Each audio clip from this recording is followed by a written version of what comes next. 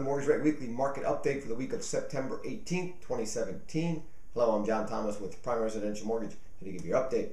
Well, last week we did see mortgage bonds sell off and move interest rates slightly higher. If you take a look at the bond chart on the screen, you can see mortgage bonds hit the highest price since November on the previous week, and then from there hit a tough ceiling of resistance and were turned lower, sold off, and sold all the way off till we hit a floor of support this past week, and we're able to, that floor of support was able to hold. So what we're looking for is we're hoping that mortgage bonds can rally off that floor of support and move higher. So with that in mind, we're going to recommend floating your mortgage rate to start the week to see if mortgage bonds can rally higher, move interest rates lower. If not, if they break below that floor of support, we're going to quickly switch to a locking stance because mortgage bonds could move a lot lower and push interest rates higher. Now, in economic news, last week we had two reports on inflation. The first one was the Consumer Price Index, or the CPI, for August 2017. Had the biggest 1 month increase in 7 months, rising 0.4% from July 2017. Now, the CPI measures inflation at the consumer level, and the big jump was because of the spike in gasoline prices from Hurricane Harvey. So if we were to strip out food and energy, that's called the core CPI, it was only up 0.2%, which was in line with expectations.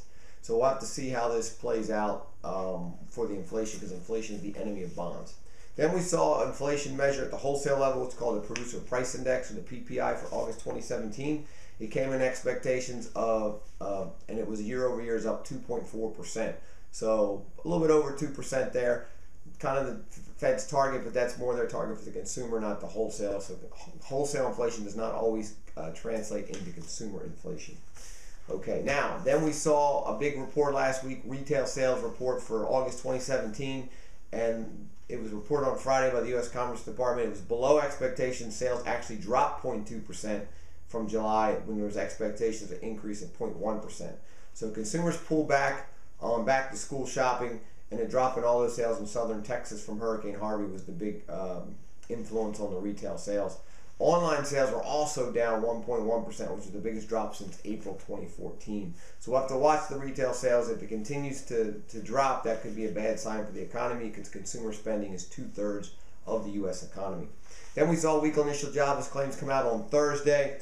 The claims dropped 19,000. down to 284,000 claims for the week. Now, this number is still skewed because it's still being impacted by the two hurricanes, which is Harvey and Irma. Some of those places are just now getting power back, so we could see claims jump up a little bit as they're able to file. Without power, a lot of those people have not been able to file for first-time unemployment claims, so we'll have to keep an eye on that.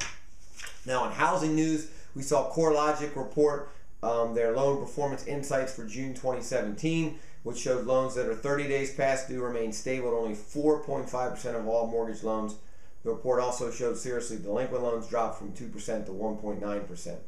So serious delinquent homes that are in foreclosure remain stable at 0.7%. So very good report on mortgages and delinquencies. Very small percentage of outstanding mortgages. So the rise in home prices has fixed a lot of the issues with the housing market, and with the low inventory, we see home prices going to continue to rise.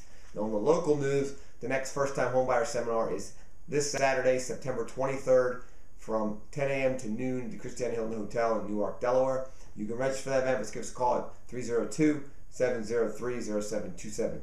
Look forward to seeing you guys next week.